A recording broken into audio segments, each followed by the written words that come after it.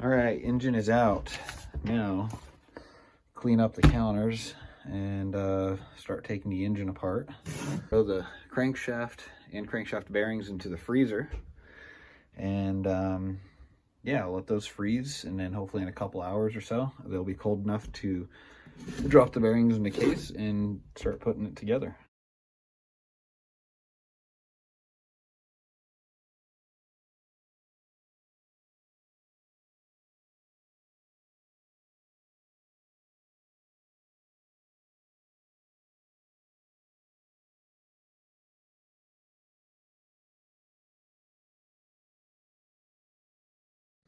Trying to take time lapse whenever I can. I've got the crankshaft and the bearings right now in the freezer, so those are shrinking in size.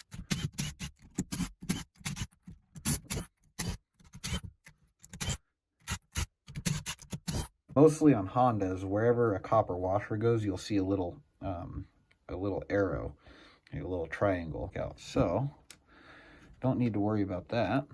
Usually it's more important on 4-strokes since they have oil pressure. All right, got all the case bolts out. Now I can start tapping the case in half.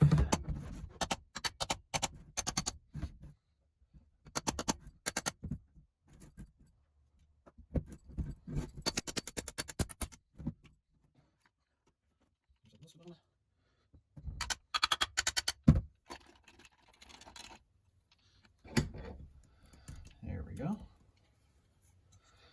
And some cooked bearings. You can tell those bearings they got really hot. This thing either ran too lean or something. There is, no, it's a piece of, I see what happened. The big end of the rod went out. Okay, so, yeah, because that's a piece of rod bearing. If you look in here, you can see that thrust washer right there. I don't know how well you can see that. That thrust washer right there is shot. It was a nice crank too. It looks like it's, I think it might have been a stroker actually. Let's get this all pulled apart and cleaned up.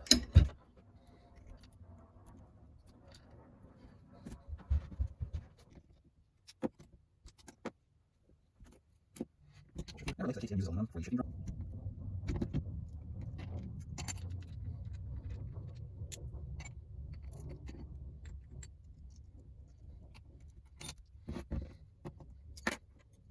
Here we go, one. Have the transmission out.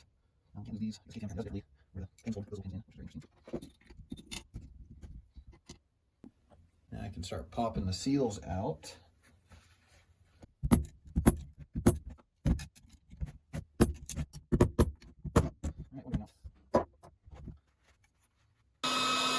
Alright, I got these cases warmed up and the bearings are frozen still.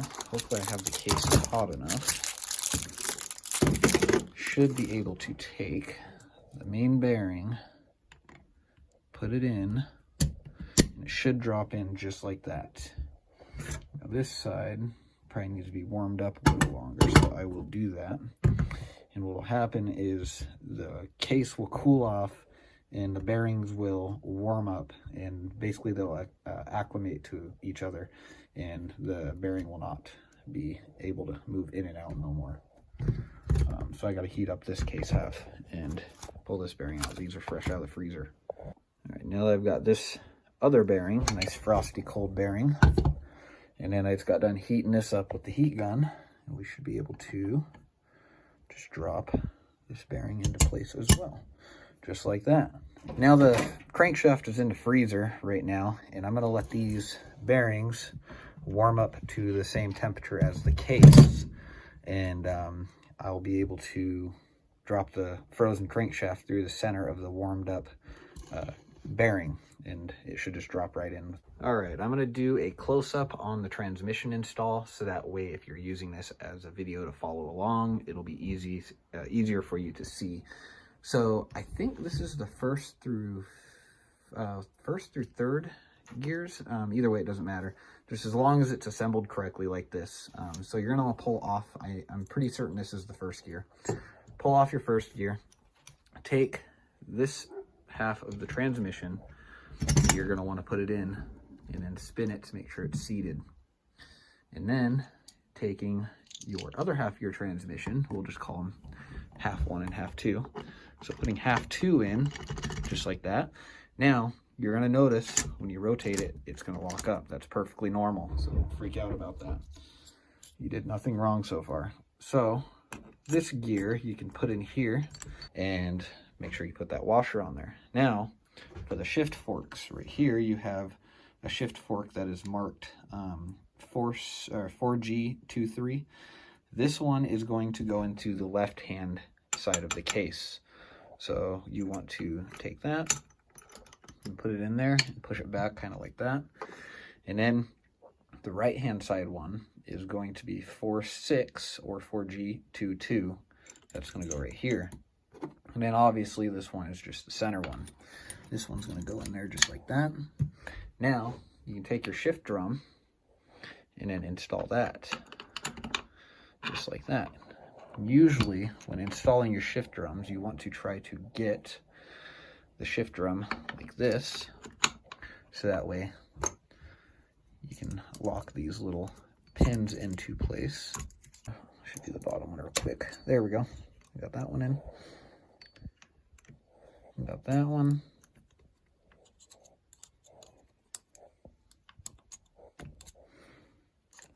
Now, got the, oops, got that one.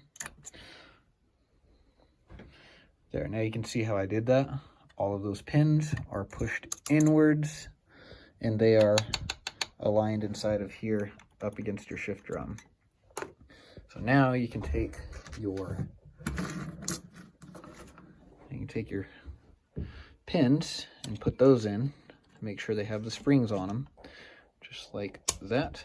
This one, if you have trouble, by the way, keeping these springs in, just put a little bit of grease on the end of the spring and it won't fall out. But typically you should be able to just get it in there, and even if the spring falls in, it should still go in relatively easy.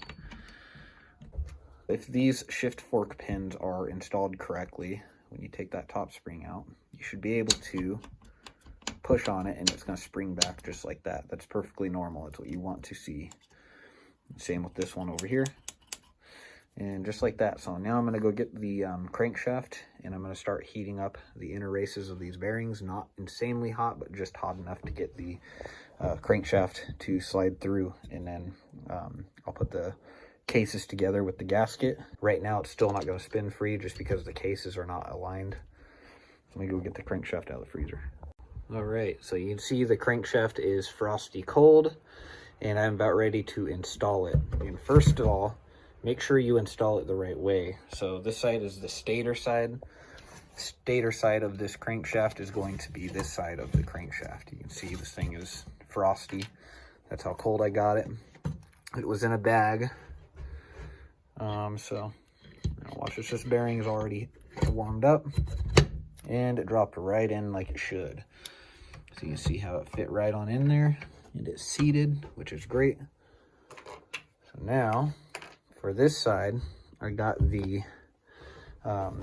bearing warmed up, but I need to warm it up still, I think a little more. Let me do that really fast. And then I can put the center case gasket on. So before I get any further, before I forget, I'm gonna put the center case gasket on real quick. And I always try to make sure I put in, the only RTV you should use on this is gray. So you can see I put gray RTV or Yama Bond or Honda Bond is usually what you want to use. This is ultra gray. You can get it at AutoZone for like $8. Get that all aligned and then get that to drop on down. Might need to tap it with the back side of the rubber mallet. Make sure that's aligned.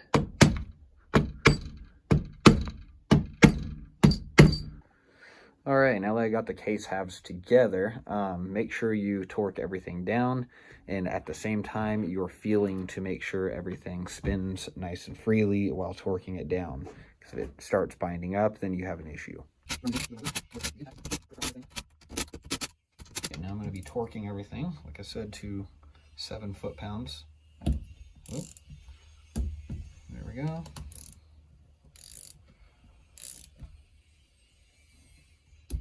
Before I get too far, yes, that still spins.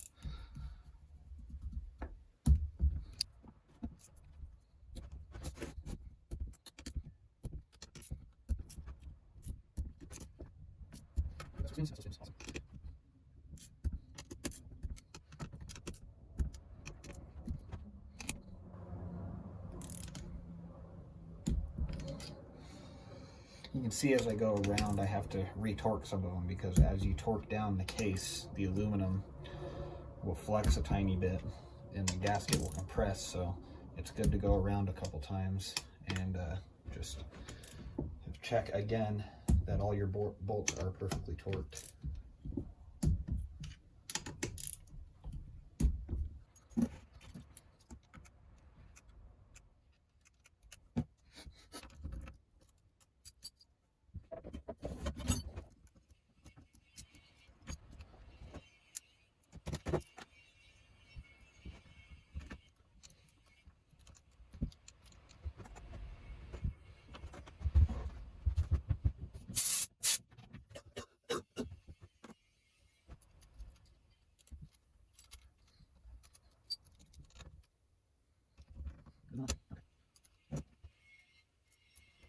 And I'm gonna blue Loctite that.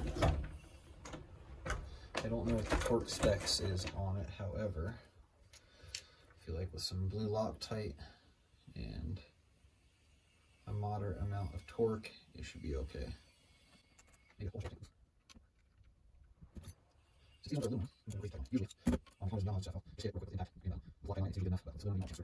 Not be good.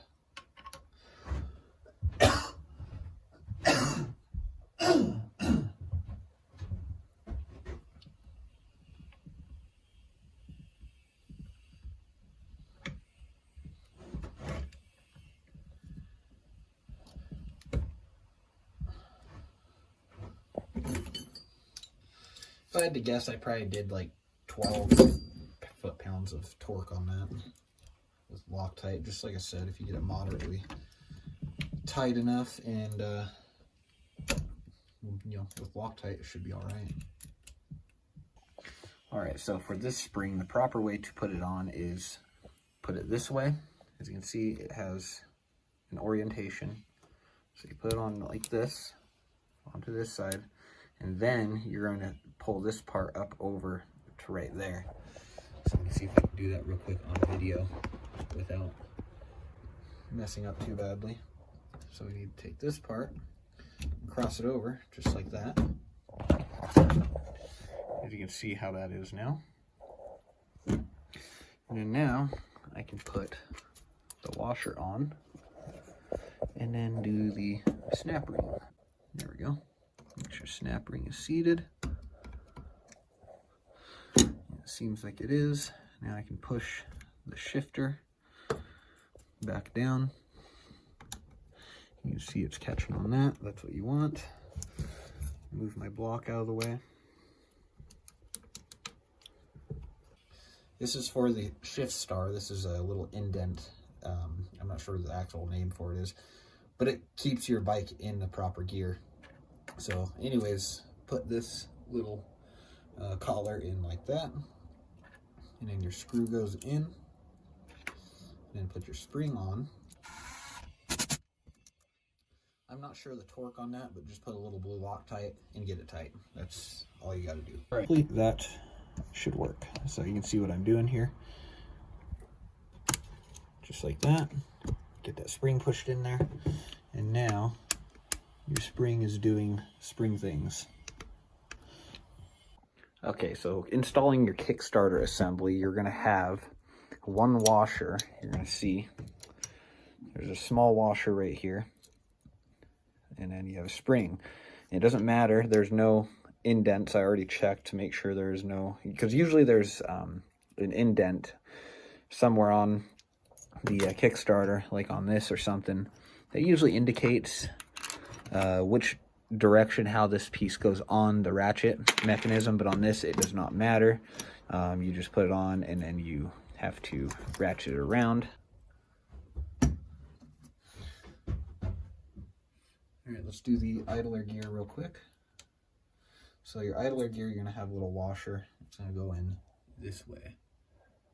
So put that in, and put the washer on, and then put your circlip in.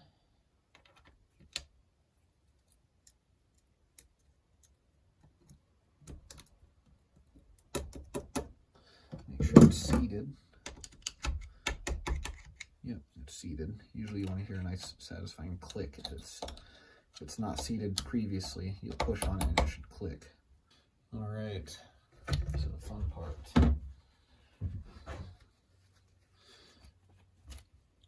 So if we're installing the clutch, whoops. When you're installing the clutch, install this guy first.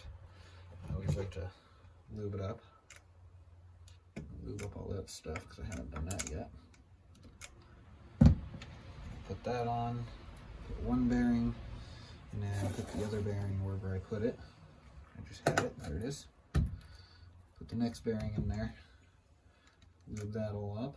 And then you should be able to put your clutch assembly. I was trying to do that without having to take the clutch packs apart. I almost forgot to install the seals.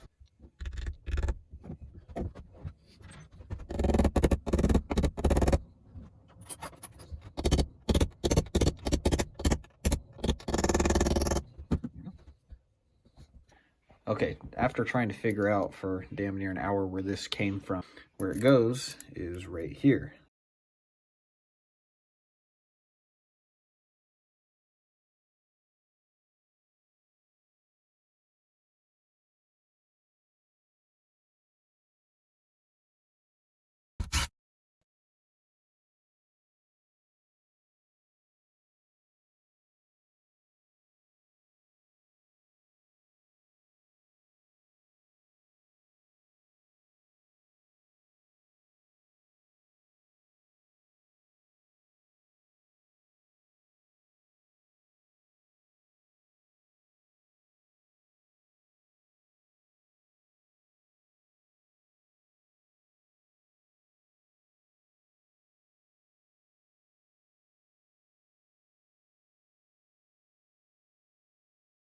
The bottom end's all back together now. All right, piston finally showed up today. I was gonna show this real quick. So when I took this thing apart initially, I thought because the air filter was so dirty or something that was just a bunch of dirt, but no, now thinking about it, that's all melted bronze. If you look at it closely, it's all bronze from the big end of the rod that's just accumulated right there and melted. I'm hoping the spark plug comes out with no problems. See, that was the little flakes from that ended up here, and they accumulated right by the spark plug. That's the point of ignition, so it's probably going to be the hottest part of the cylinder head.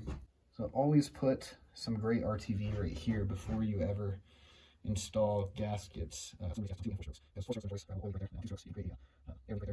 Lettering on piston rings always faces upwards. Sometimes they even say it, like this one. I don't know if the camera's gonna pick that up, but it even says top. And then align that with your pin. The whole point of that pin is to keep the piston ring from spinning and catching on your exhaust or your intake transfer ports.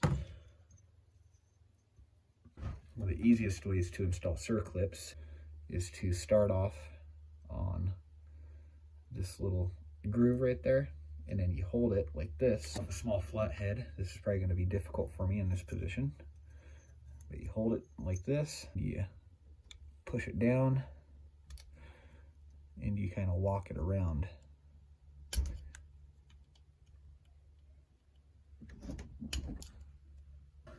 I always install the piston into the cylinder before I put it onto the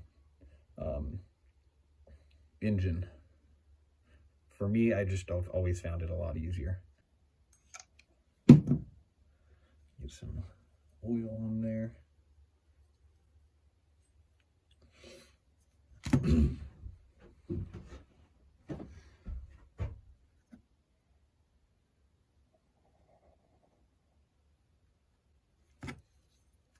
Now ensuring that exhaust is pointed to the bottom of the screen, as you can see, I'm going to get the piston started just like that.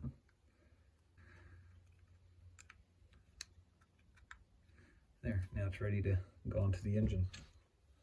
I'm going to try this on camera and try to get it in view because this is kind of a pain. So let's get that to go through. And I already did pre-oil the needle bearings, so now I got that installed right there.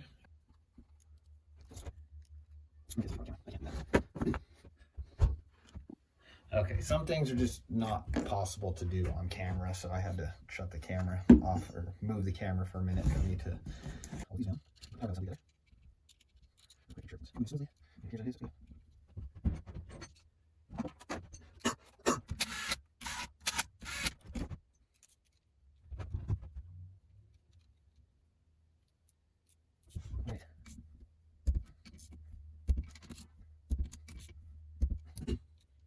Just for this, if you can't get a gas or a O-ring or something to stay in place, you put some grease on it into the groove, and it will help the O-rings or gaskets stay in place.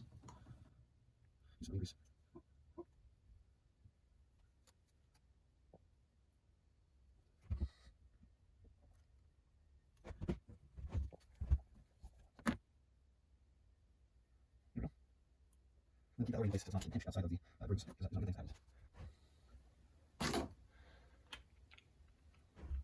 Slide the power valve assembly in prior to putting the cooling head on.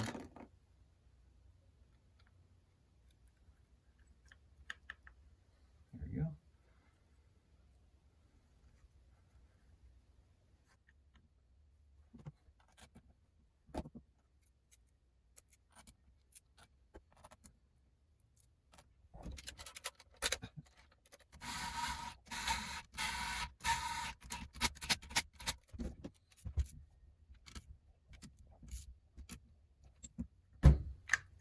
Make sure the power valve still moves. That's good.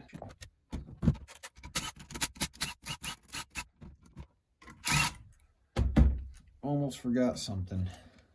These alignment dowels. These are very important.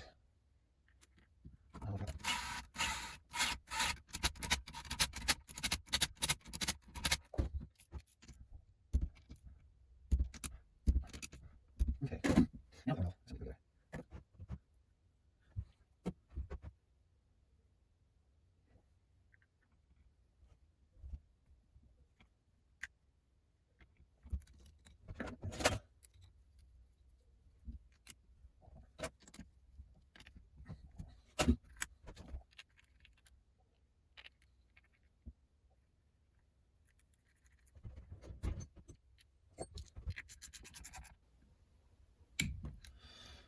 Now that's a nylock, so it doesn't need to be crazy tight. It just needs to be basically till it stops turning, and then just give it a little bit of a snug.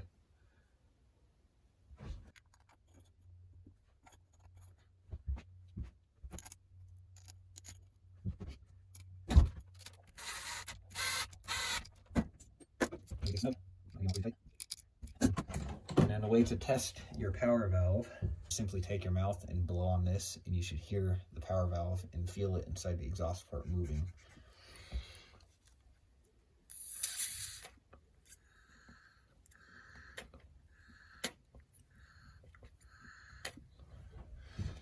in which it does.